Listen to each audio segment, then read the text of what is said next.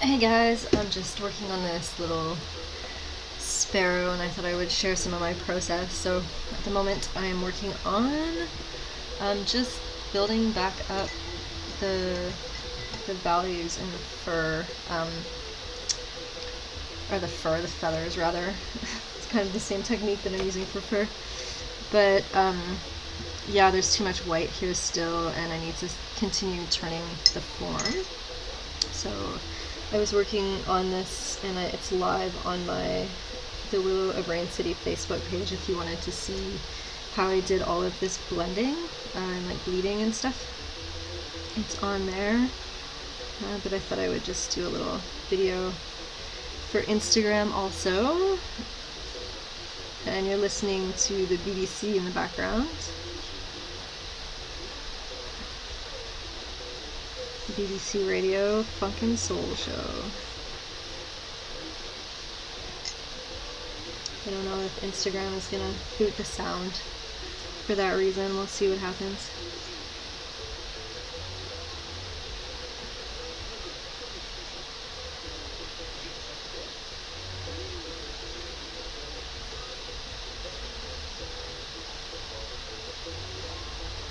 So what I'm wanting with this painting is to have sort of a more realistic rendering on the actual bird, but then sort of going back into more, I guess, abstracted or stylized movement.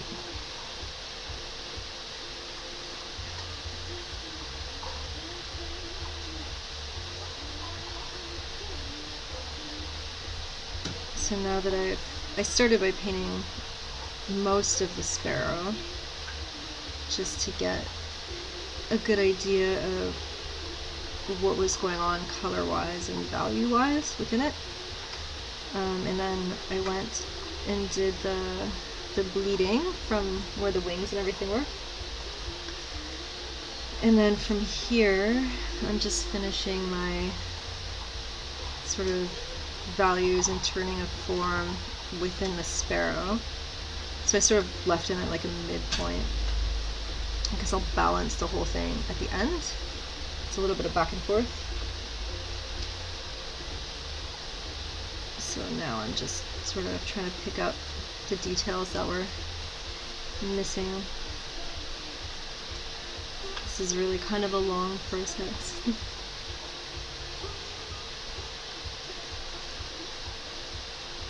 Painting isn't quite as much of a showpiece as maybe like dance or theater or something, but it's still interesting to watch, I think, if you're learning how to paint. I always like watching other artists work, even if it's long. I don't know, it's more like you get more information, I guess, when it's real time and not just time lapses.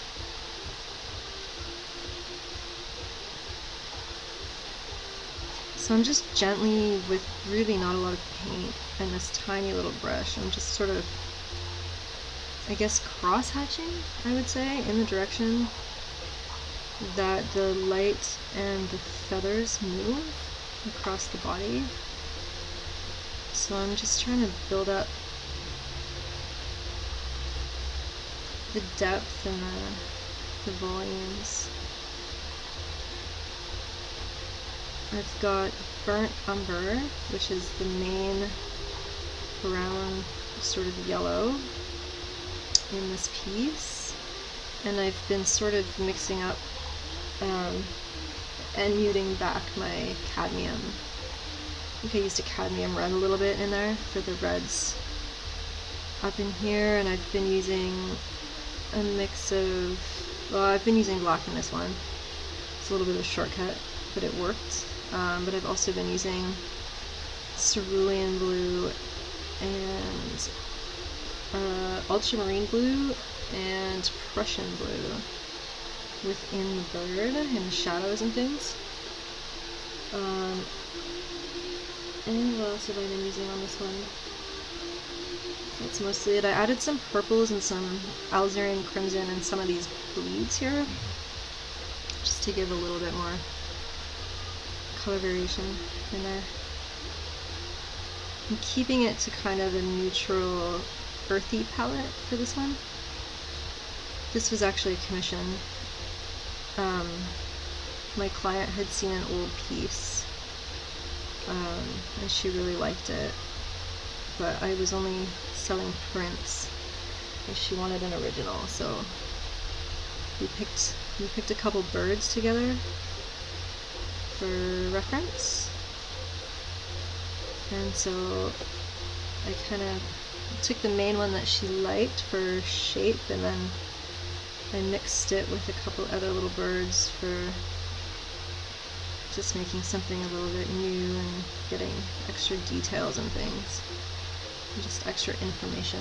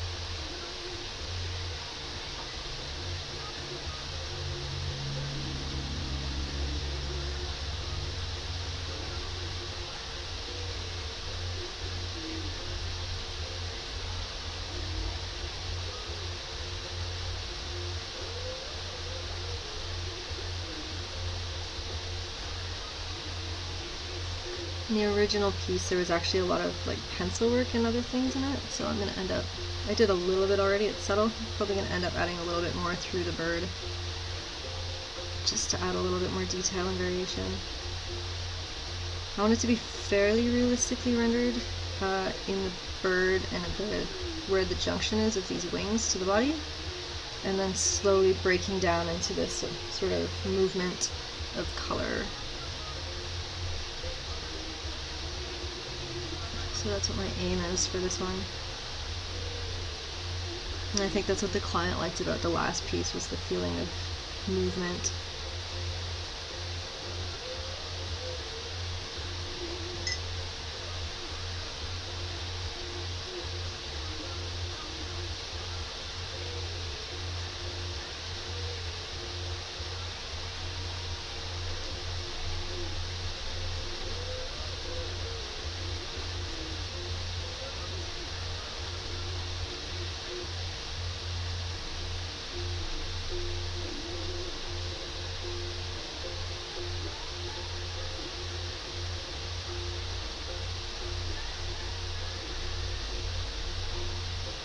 So I usually start by doing my washes just to fill the space with the color that I need, and I get sort of an idea of the values that are starting to happen within the piece. And then from there I go over in these fine layers of fine brushwork. So light, I work really light all the time, and I slowly build these up. And then it gives me a lot of texture in the piece. Really subtle though. I like working very subtly with watercolor. Just gonna add a little bit of the cerulean blue in there, just to kind of cool this off again.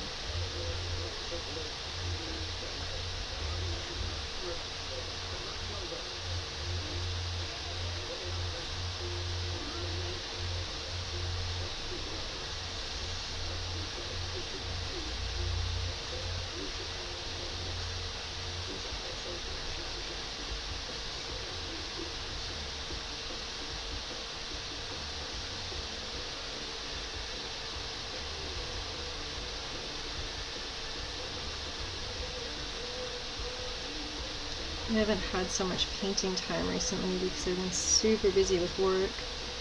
Had some super interesting contracts come in for like 3D graphics. and one of them was in Cardiff. It's like a cool park design. I'm working with a landscape architect, so that was really exciting. And so unfortunately I haven't been posting much recently, but I think my schedule is going to cool down a little bit, so hopefully I can get back into it. If you want to check out also my Willow of Rain City Instagram page, I've been posting some of the products that I've been working on. I've been doing like a little bit more design work. I've been adding like DIY wedding invitations and things with some of my watercolor paintings. So you can actually like order a package that's already designed for you, and there's already like text layout and everything, and all you have to do is edit it with an online tool. So you don't even need to know any sophisticated software or anything, and then you can just like print it out and download it, and that's pretty cool. So I have a whole bunch of designs up, and I'm adding a few more this week. I'll probably be doing a tutorial at some point on how I make my design kits. I've been giving free watercolor classes on my Willow of Rain City Facebook page, or you can check my website for the info. I've been doing, they're free, and I will definitely be doing another watercolor class where I show how I build a design kit for print out of watercolor, and then I'll do an extra sort of class on how I go through the Photoshop editing and upload process for those. It's kind of a long process, and there's a lot of things to consider, but I think probably some people might find it super useful and interesting, so I will put more information about that in the next few days. So next session, my students were really excited about doing koi fish as illustrations.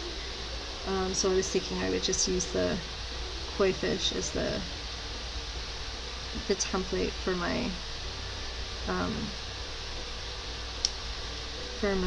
design kit. So we'll be doing sort of smaller paintings and not like a final piece.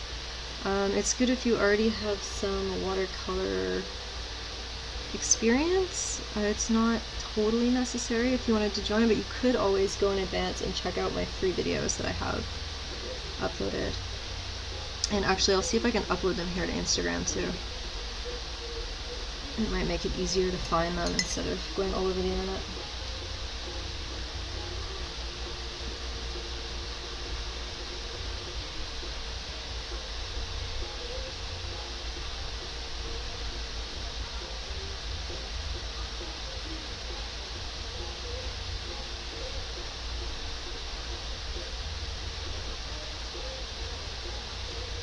And I think that's it for now. I'll probably continue. I'm going to take a little break, but I hope you enjoyed it so far, and yeah, just follow me if you like the video and you're interested in more content. I will definitely be giving you some more freebies.